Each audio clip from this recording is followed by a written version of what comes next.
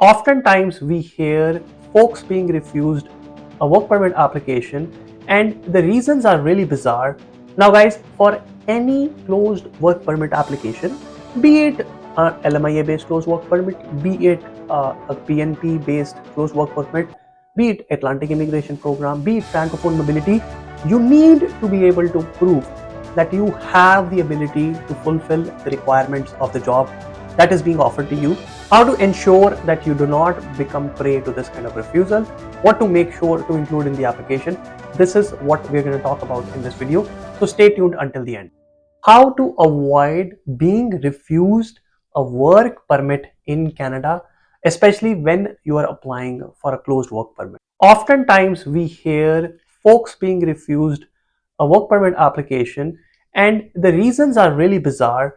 And most common reason that folks end up getting is that I'm not satisfied that you have the ability to perform the duties of the job that you're being offered. In other words, the officer may say that you have not adequately demonstrated that you have the ability to perform the duties, the roles and responsibilities of the job being offered. How to ensure that you do not become prey to this kind of refusal, what to make sure to include in the application. This is what we're going to talk about in this video. So stay tuned until the end. Welcome back to the channel, guys. My name is Dhruv. I am a regulated Canadian immigration consultant. At our firm Effizient, we assist all prospective immigrants with their immigration to Canada. If you are an aspirant, you need assistance, here is our contact information. Feel free to contact us and we would be happy to chat with you. If you would like to chat with me or any other RCIC in our firm, you can always book an appointment. The link to book an appointment is in the description of this video. We would be happy to chat with you. Avoiding a refusal on your closed work permit application, what to ensure to include in your application. We're going to talk about that, but before we go there, let's quickly answer the comment of the week. This comment comes on our video on statutory declaration of common law union IMM 5409, and the question is, I got an ITA, my 1 year of common law union is completing after I receive the ITA. After receiving the ITA, can I add my common law partner in the application if I completed that 1 year of cohabitation requirement after receiving the ITA? That's a very great question, a very practical scenario, and the answer is yes, absolutely. You can add your partner in after the ITA. However, after you add your partner, it's going to trigger a recalculation of score, because now your partner, your spouse, or your common law partner is now an accompanying dependent, and that may lead to your score going below the ITA. Now, the important thing to consider over there is to ensure that your score still stays above the cutoff after you add your partner, because if it falls below, then you can be in a position where your application will be denied. Again, there are a lot of technicalities involved here. So again, if you need more assistance, feel free to contact us or get professional help as required. Now, given this scenario, there may be ways in which you can submit your complete application and at the same time ensure that your common law partner is added to the application afterwards, ensuring that your score stays above the cutoff, your application still goes through without issues. Coming back to the work permit application part and avoiding refusals because of not demonstrating that you have the ability to fulfill the requirements of the job being offered.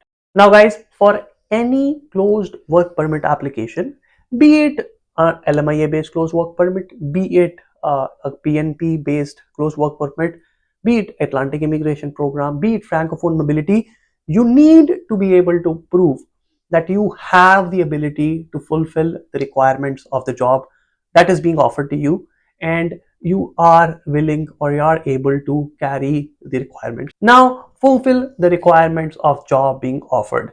What a vague statement. Can you be more vague than that?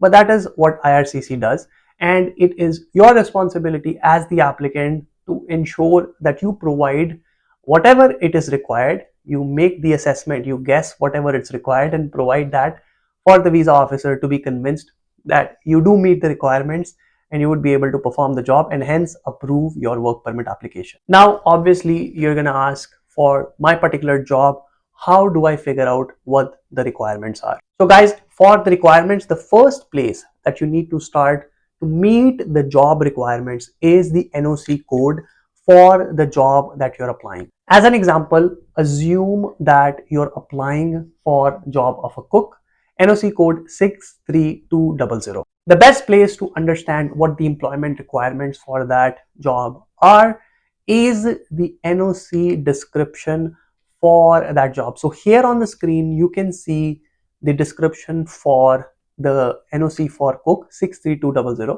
And if you scroll, you'll see at the bottom of this page, there is a section for employment requirements. This section for most of the jobs would mention the minimum education that is required and the type of work experience that is required. For example, for cook, you can see it says completion of secondary school for the education requirement. On top of that, it also tries to talk about what is the experience requirement in the second point, where it says that either you complete some schooling in cooking or you have several years of experience working as a cook. Now, along with these mandatory requirements, there are often certain requirements that are mentioned in the NOC employment requirements that are not mandatory, may be required or optional requirements. For example, here you can see that trade certifications are voluntary in all the provinces. And then it talks about the Red Seal certification as well. Now, mind you, here you may see certain trade certification requirements that are required in some provinces and not required in other provinces. For example, some NOC codes may have something that says trade certification or provincial licensing is mandatory in Manitoba, British Columbia, and Alberta, but voluntary in other provinces. And if your job is in one of those provinces, then you would need to meet that certification or training requirement to work in those provinces. So this is the first place where you would understand what kind of job documents are needed, what kind of education documents are needed, and if there is any further certification that needs to go in as a part of your application. In order to prove your experience, you need to provide your reference letters and any other documentation that can prove that you have the relevant experience for that particular job. Now guys, if you had applied for an LMIA, then along with the NOC specific requirements, you also want to make sure that you meet the basic requirements that were used or that were submitted as a part of the LMIA application. As an example, if in the LMIA application for position of a cook, bachelor's degree was submitted as a requirement and 3 years of work experience was submitted as a requirement, then you need to make sure that you demonstrate that you have a bachelor's degree and you have 3 years of work experience as a cook in order to get your application for a work permit through without any hindrance. Now we have talked about education, we have talked about certification, and we've talked about experience requirements. One of the most important and often ignored requirement is the language requirement for that particular job. Now the NOC description does not really talk about the language requirement, but it is a very important part of the application. Now in most cases you need to prove that you are able to communicate in English or French, the official languages. More importantly, you want to ensure that you are able to showcase that you are able to communicate in the language of that job that you are being offered.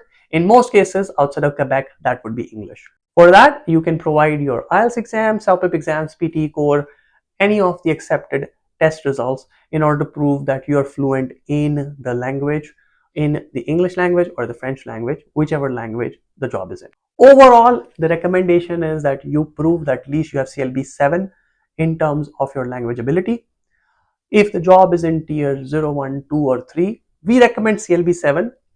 You may get lucky with the CLB 5 for tier 2 and 3 jobs, but for tier 0 and 1 job, definitely you should aim for CLB 7. In our experience, we recommend everyone to apply with CLB 7 in English, or if your French is your primary language, then NCLC level 7 in French.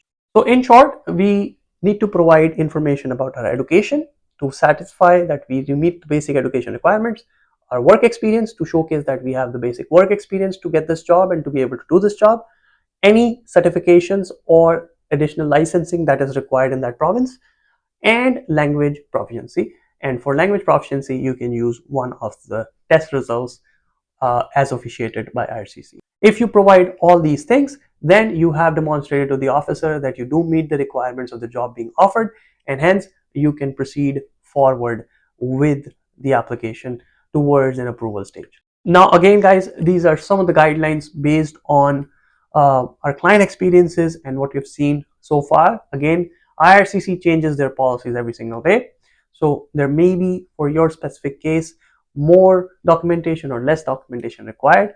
That may vary. However, in general, these are the documents that you must ensure must be a part of your closed work permit application. That's it for this video guys. In summary, we've talked about the proof of meeting the requirements of the job being offered, how to substantiate that, what are documents to provide, be it in education, be it work experience, be it trade certifications, be it English or language proficiency in general. That's all for this video guys. If you like this video, please hit the like button, subscribe to the channel, and hit that bell icon so you are notified about any new video that we upload. Again, in case you need any assistance, here is our contact information. Feel free to contact us and we'll be happy to chat with you. Thanks a lot for watching guys, and I'll see you in the next video.